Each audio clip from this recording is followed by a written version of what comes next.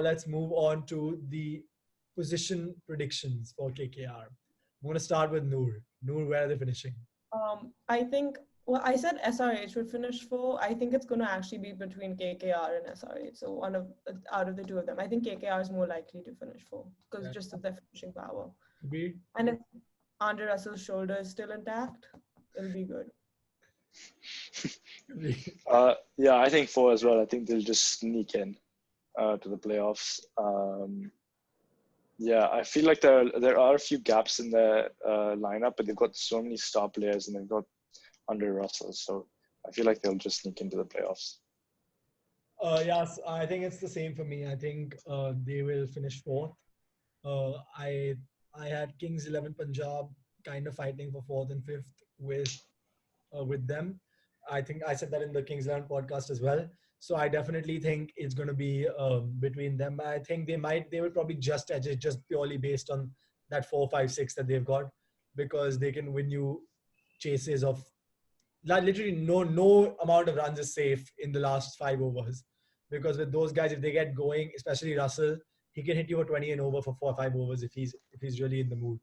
So yeah, I think the only weakness they have is The scary thing about Russell is he can hit a Yorker for a fucking 6 over cover. Like, it's so insane. unless it's a Rabada Yorker in a super over, yeah, let's just get that out there.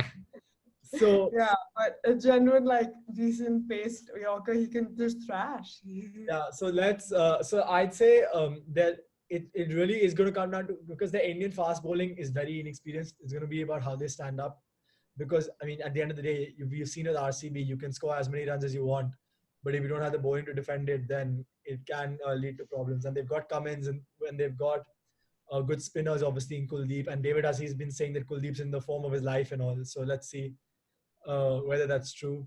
He was But supposed to be in the form of his life before last IPL. Didn't but seem like it.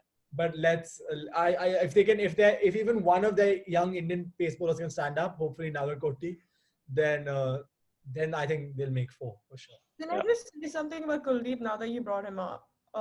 It's like, I think Kuldeep is fantastic. Like, don't get me wrong, but I think him without Chahal he's okay. Like, I think he plays better, or like he bowls better when they've played in tandem. Like, Chahal, I think, can still play by himself, but with Kuldeep, I see him more as a more dangerous and wicket taking option when there's someone like Chahal bowling from the Yeah, other. but I And think I think that figures also like shows something like that. Yeah, like Morny Morkel with Dale Steyn.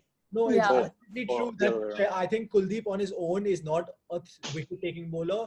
It's when someone is there to create pressure on the other side, because Kuldeep is like one of those bowlers who takes more wickets and who does better when people are coming at him. And if you've got someone putting pressure on the other end, then they have to come at Kuldeep, and therefore he gets the wickets with his variations. So I think while Chahal does that in the Indian team, if Narayan, that's why I said Narayan, if Narayan can have a season like he did, like he's had in the past, where he holds up one end and doesn't let people attack, that could make people like Kuldeep more threatening, because then they look to attack Kuldeep and come in Kuldeep and Nagar Koti, and it could lead to them taking a lot more wickets. So yeah, for sure.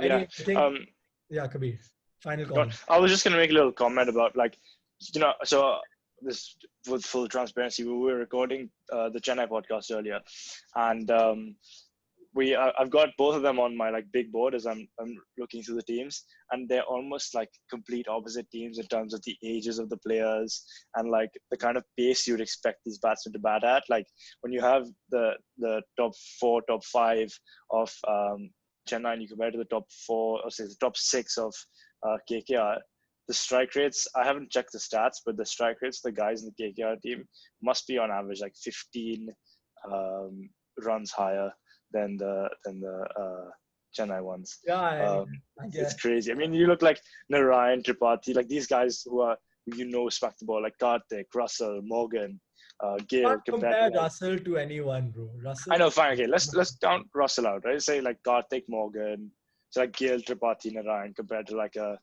I said on my team, I've got like I've got Faf, I've got Murli Vijay, I've got Raidu, We're I've got revealing Dhoni. your future teams on this podcast. It's okay, it's like you'll figure it out. So like comparing the two is really funny, because you see teams with like such different strategies going in. Yeah, for sure.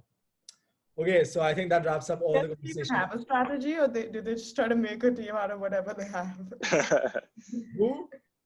CSK. Yeah, for Oh, sure. I wouldn't put that Dhoni. past Stephen Fleming. When Dhoni Yeah. is there, when Dhoni is there, he just puts a few things together and it seems to work. Yeah. Yeah. But yeah, now we're digressing to Dhoni and CSK, which we'll hear on another podcast.